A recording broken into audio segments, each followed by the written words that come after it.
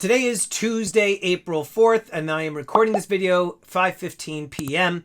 And today, being that it is Tuesday, those of you familiar with this channel know that I sell silver and gold on my auctions at 7 p.m. Eastern. So I always check the spot price throughout the day because on Tuesdays, I always want to make sure that the spot prices are higher because obviously that means I'm going to have more profit. So I checked the spot price today and I see that gold had closed at 2019, up 35 bucks. Silver closed at $25, up $1.04. And so I was very excited to say the least, but I was also curious as to what caused this bump in the spot price of silver and gold. And so this article states that Wall Street ends down as weak economic data fuels recession fears. Now, obviously, this is something that we have been seeing now for a couple of years. Recession fears. And a lot of the people in the stacking community, especially the content creators, they're always talking about this recession. This feels like it's been going on for years now. But more recently, we have seen the bank closures. And so now it's starting to become a little bit more of a reality. And so this was actually a little bit alarming. I skimmed this article briefly. I'm going to read it with you guys, give you some of my commentary. I'm going to leave the link in the description below.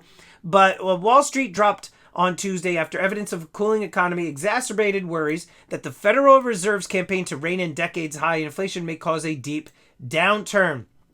The S&P 500 closed lower for the first time in a week as data showed U.S. job earnings in February dropped to the lowest level in nearly 2 years, suggesting that the labor market was cooling, while factory orders fell for a second straight month. Okay, so we're starting to see a little bit of a downturn. Not really something to cause too much concern, in my opinion. Just that we are seeing, the labor market starting to cool off, maybe in the factory orders, for a second straight month cooling off. Nothing too scary, right? But data on Monday had also pointed to weakening U.S. manufacturing activity. The number of job openings has decreased, which makes people worry that hiring is going too slow, and that will be bad for the economy.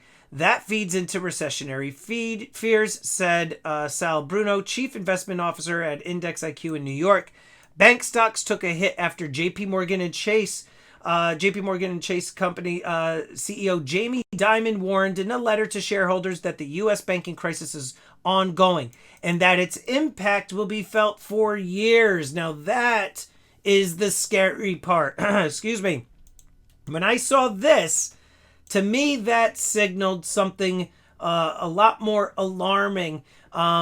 Something similar to what we saw back in the recession, the Great Recession of 2007 to 2009, when we saw hundreds of banks fail, investment banks, insurance companies, and that really did cause a major problem to the U.S. economy as well as the world.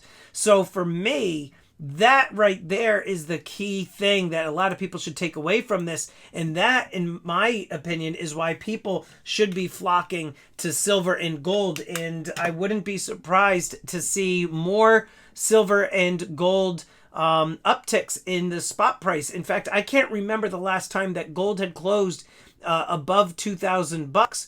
I know that gold reached intraday trading around $2,070 just a couple of years ago, but $2,020 for a close. A lot of people are going to start thinking that silver and gold is going to continue to push higher. Now, is this going to be the moonshot? I don't necessarily think this is going to be the moonshot, but I do think that this is still a buying opportunity. It, to me, feels like we've kind of started to hit this new floor, and gold and silver may only continue to rise from here. Can it drop? Yeah, of course it's going to possibly drop. Absolutely. Nobody really knows, but just my gut tells me that this seems to be kind of like a new floor. Let's continue. According to preliminary data, the S&P 500 lost 23.87 points or 0.58% to end at 4,100 points. Not something significant. While the NASDAQ lost 63 points or, 0.5%. The Dow fell 196 points or again about 0.5% to 33,404. Again, not alarming, scary numbers, but again, this to me, when you have CEO Jamie Dimon of JP Morgan Chase saying that the impact of this banking crisis is going to be felt for years. To me, that is significant. Caterpillar, viewed as a bellwether for the industrial sector, fell sharply. Healthcare and utilities, which many investors expect to hold up during an economic slowdown, were among the few S&P sector indexes gaining for much of the session on Tuesday. Trading in interest rate futures shows bets are now tilted toward a pause by the Fed in May, with odds of a 25 basis point rate hike at 42% compared with nearly 60% before. All right, so we're looking at a possible pause by the Fed. Instead of raising rates any further, possibly pausing. So far in 2023, the S&P had gained about 7%, remains down about 15% from its record high close in January of 22. Virgin Orbit slumped after the satellite launch. Company filed for Chapter 11 bankruptcy on a failing to secure long-term funding. AMC shares tumbled as much as 24% after the movie theater chain said it agreed to settle litigation. Okay, so this is just a bunch of, just some stocks for various companies. But again, in my opinion, my friends, the takeaway here is this right here. This is the issue. And a lot of people have been reporting on the banking crisis, right? We saw that Silicon Valley Bank had closed its doors. We saw that, First Sovereign or something like that. I forget the name of the bank. Crap, I did a video of it just last week. But 3 banks were shuttering their doors. I know that Credit Suisse was looking to falter. But this is going to be interesting to see what ends up happening, what other banks are going to possibly fail, what other banks are actually going to step up to buy those banks to kind of calm fears. But it's going to be interesting, to say the least, with silver and gold. Those of you that are new to silver and gold, typically what happens is in any sort of economic crisis such as this one that seems to be starting to unravel, is that people are very afraid. They end up pulling a lot of their money out of the stock market and they want to park it in a safe and secure place. And gold and silver traditionally have been those safe haven assets. And just as a content creator, speaking from that standpoint alone and speaking with other people within this niche here on YouTube, the silver and gold stacking community, I know that a lot of the content creators have seen a tremendous increase in their views, a tremendous increase in their subscription growth. And it's not because that we're really doing anything different. It's just that there is a tremendous uptick in the amount of people that are searching for this information, searching for silver and gold, looking to see what is happening within the banking industry and the economy as a whole.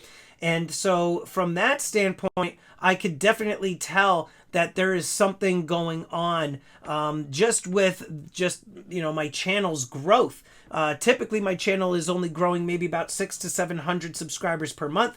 Right now, I'm averaging around 1,800 subscribers a month. And it's not because the quality of my content has changed. It's not because the quality of my titles or my thumbnails or anything like that. I continue to do everything the same way. I mean, I'm making this video here on a webcam. It's just that there is something going on with the economy. A lot of people pointing to the possible recession. And if this banking crisis continues to unravel, and if it is far deeper than what it appears right now, then yes, you definitely are going to see a tremendous spike in silver and gold. So that being said, don't back the truck up. Don't have the fear of missing out and just go out tomorrow and buy as much silver and gold as you possibly can. Be moderate with your purchases. Make sure that it's sticking within your budget. Maybe if you could be a little bit more aggressive with your silver and gold buying budget, maybe now would be the time to kind of shovel a few more dollars in that direction. I continue to buy gold for my stack. Silver I continue to buy to flip. But that is my opinion. You should be buying still, even right now that we are at these high points for gold and silver continues to creep up. Let me know in the comments down below what it is that you are doing and what you think is afoot when it comes to the banking industry and the economy as a whole.